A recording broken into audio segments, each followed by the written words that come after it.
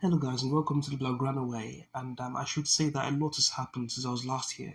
So here we'll simply recap on what has happened since my last video, which touched on uh, something of a preview really between Bayern and PSG, as well as the last game Barca played against Getafe at the Coliseum.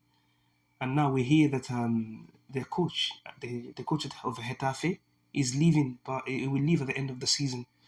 Bordelas, he is Jose Bordelas. So he will be leaving Getafe. So since the last time we spoke about these games and this, you know, the Bayern PSG, the first leg, and of and the last time we also spoke about the game of El Sadar. Obviously, we talked about the possibility of Barcelona winning the La Liga with the El Clásico. That we might actually win El Clásico. We might actually win El Clásico if we get three. Sorry, win the La Liga if we get 3 points in the El Clásico. And yeah, there's that. And now all we had to do to ensure that remains on track was to beat Osasuna.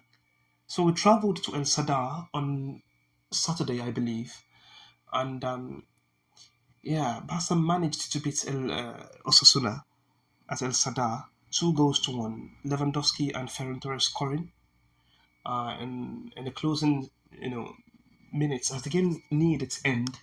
Lewandowski scored from a Rashford assist, a good assist actually, and then Ferran came on and he got the second goal to make it 2-0. But Osasuna pulled one back and the game ended 2-1.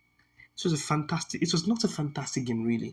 It was well, maybe for the neutrals they might like it, but Barca were not great in that game, and there's been a trouble. There's been a worry for me now. I've been quite worried about Barcelona's performances lately, and this worry has, it is for me. It's begun just before we faced Espanyol. We beat Espanyol 5-1. Long ago, I believe. Not long ago, but a few weeks ago, we beat Espanyol 5-1 before ultimately falling out of the Champions League. And I thought that since before that, we've actually looked really, poor since before then even. I remember the game against Atletico Madrid in La Liga where they rested the key players, and we still struggled mightily against them.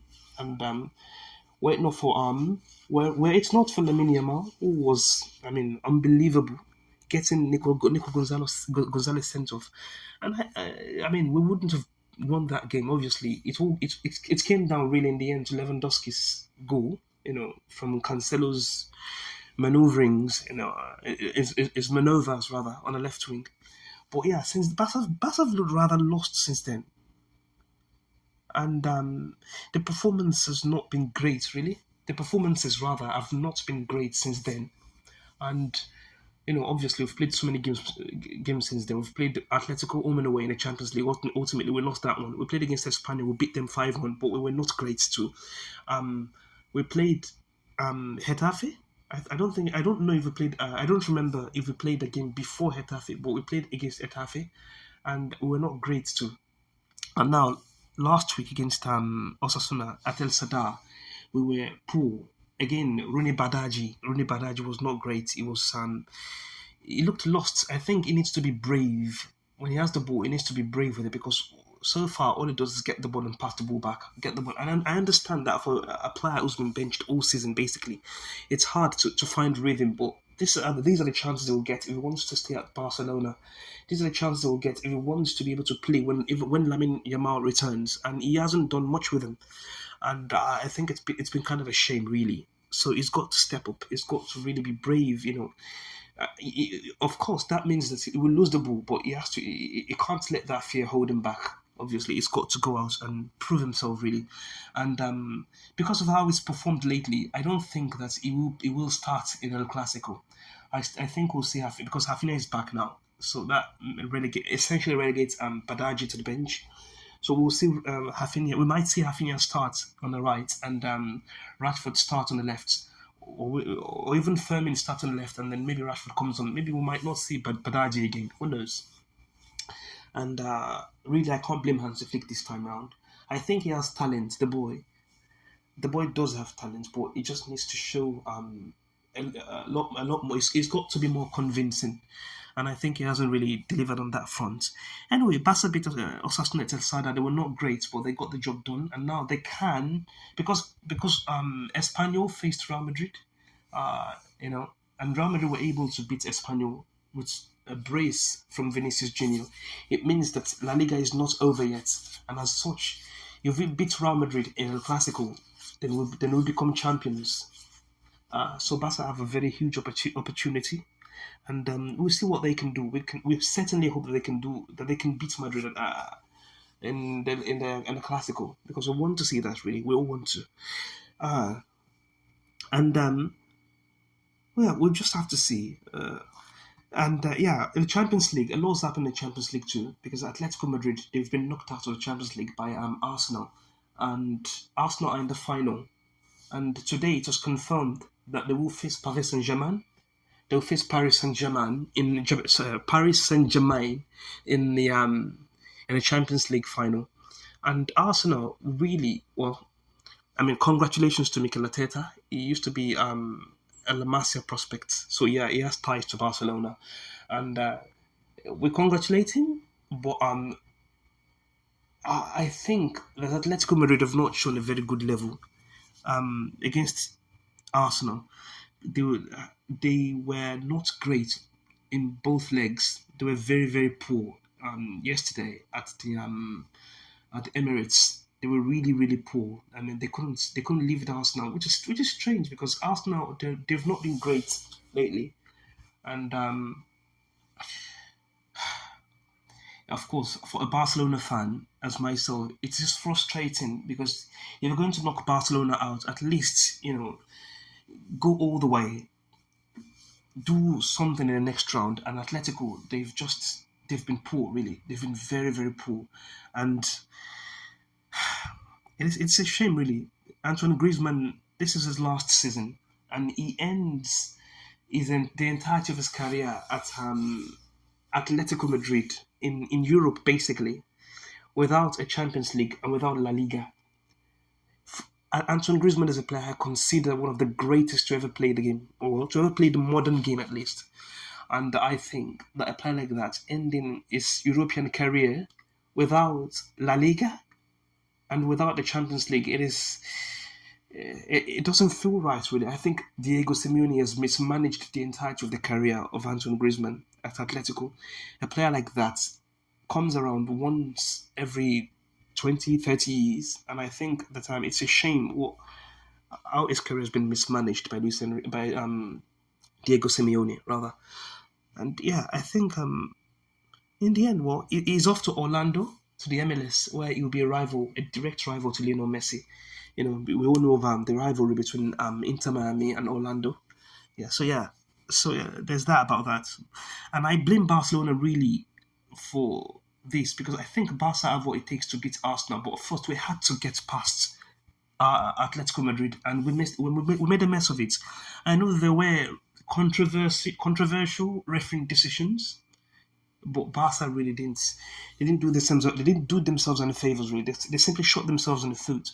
And this goes to Hansi Flick again. I know I've spoken about Hansi Flick and his the intentions with his high line, and I think that was the difference, really, between Barca going through to face Arsenal and getting knocked out.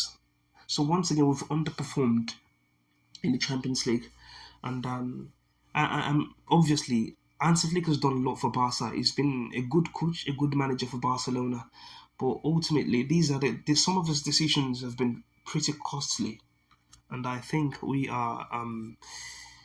should be the ones facing Arsenal, not Atletico Madrid, because Atletico Madrid, they're never reliable, really. And well, the damage is done, and now we hope to go again next season, really. And regarding Paris Saint-Germain and Bayern Munich, obviously, I stated on the last video that Luis Enrique would approach this match with caution, that it'd be more pragmatic.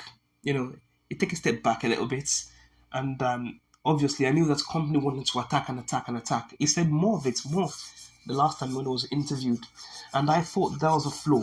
That would be a problem for Bayern Munich, and I ended up being proven right because Bayern came out today to attack and to attack and to attack, whereas PSG came to simply control space. They got the first goal early through a Dembele goal. Very, very well worked goal. Kvaratskhelia deserves massive credit for that goal with the way he dragged his man out and exploited his space. And then, he frees Dembele. Sorry, he frees himself really, and then finds Dembele all alone, who rifles the ball into the top corner. Sorry, into the roof of the net, not into the top corner, but into the roof of the net, past the helpless Manuel Neuer. And, yeah.